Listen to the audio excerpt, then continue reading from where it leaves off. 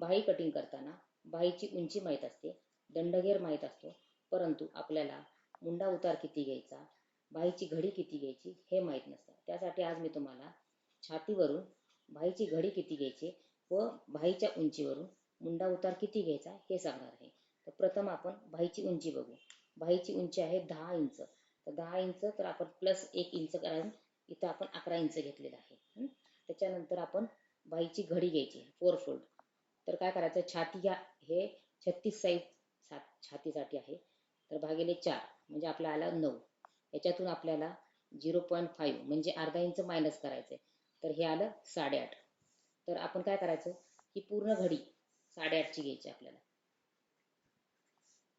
ही पूर्ण घडी 8.5 घ्यायची.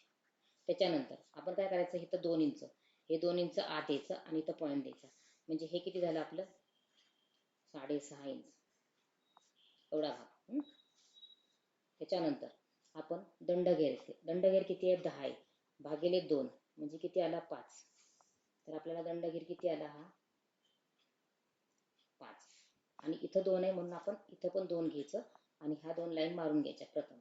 त्याच्यानंतर आपण हा 1 इंच इथं पॉईंट द्यायचा आणि तिथून हा आकार देऊन घ्यायचा इथपर्यंत.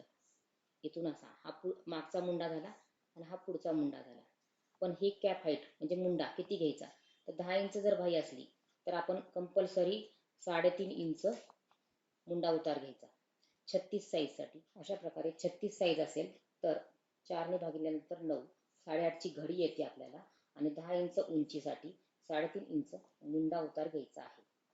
जर तुम्हाला हा व्हिडिओ आवडला असेल तर तुम्ही चॅनलला सबस्क्राईब करू शकता, म्हणजे पुढे येणारे व्हिडिओ तुम्हाला पाहायला भेटतील.